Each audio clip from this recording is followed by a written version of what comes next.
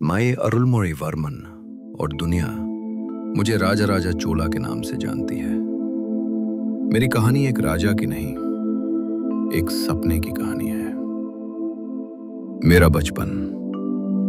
नया 104 सेरे में मेरा जन्म हुआ। छोटी सी उम्र से ही समझ गया था कि मेरी जिंदगी आम नहीं होगी। बचपन में ही तलवार चलाना सीखा, राजनीति देखी, लोगों की उम्मीदें महसूस की। अपने परिवार, पिता सुंदर चोला और भाई आदित्य करिकालन ही वीरता में मेरे पहले मार्गदर्शक बने। मेरे अंदर एक ही सपना था, चोला राज को वापस सर्वोच्च स्थान पर ले जाना। राजा राजा राजा चोला।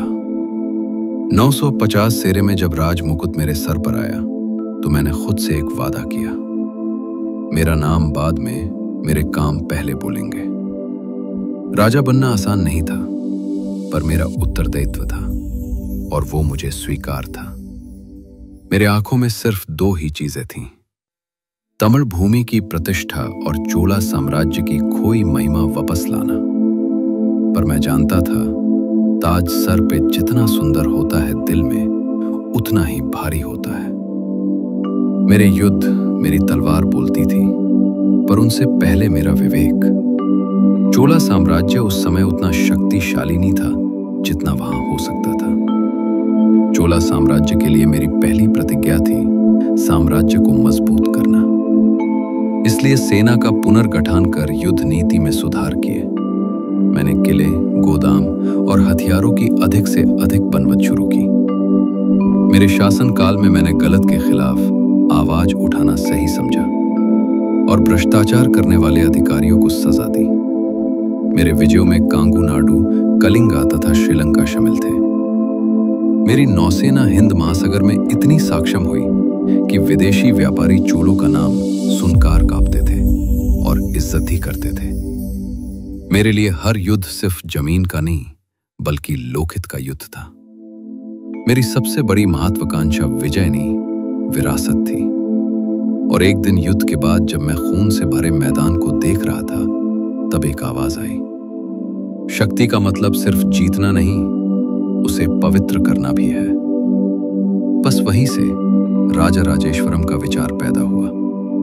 यह मंदिर मेरा सपना नहीं, मेरी भक्ति, मेरी प्रजा का गुरूर और मेरे अंदर का फर्ज था।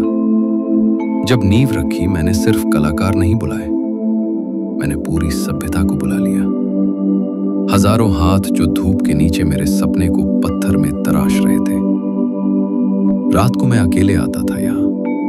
ये अधूरा मंदिर चांदनी में चमकता और पत्थर मुझे जैसे बोलते, राजा राजन, हमें रूप दो, हम तुम्हारी भक्ति को अमर करेंगे।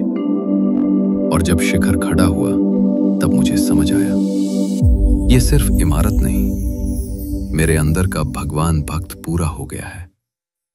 ये मंदिर साम्राज्य का गौरव है, पर मेरे मन का दान भी। एक बातचीत मेरे और महादेव के बीच। इस मंदिर के निर्माण हेतु बहुत संघर्ष करना पड़ा।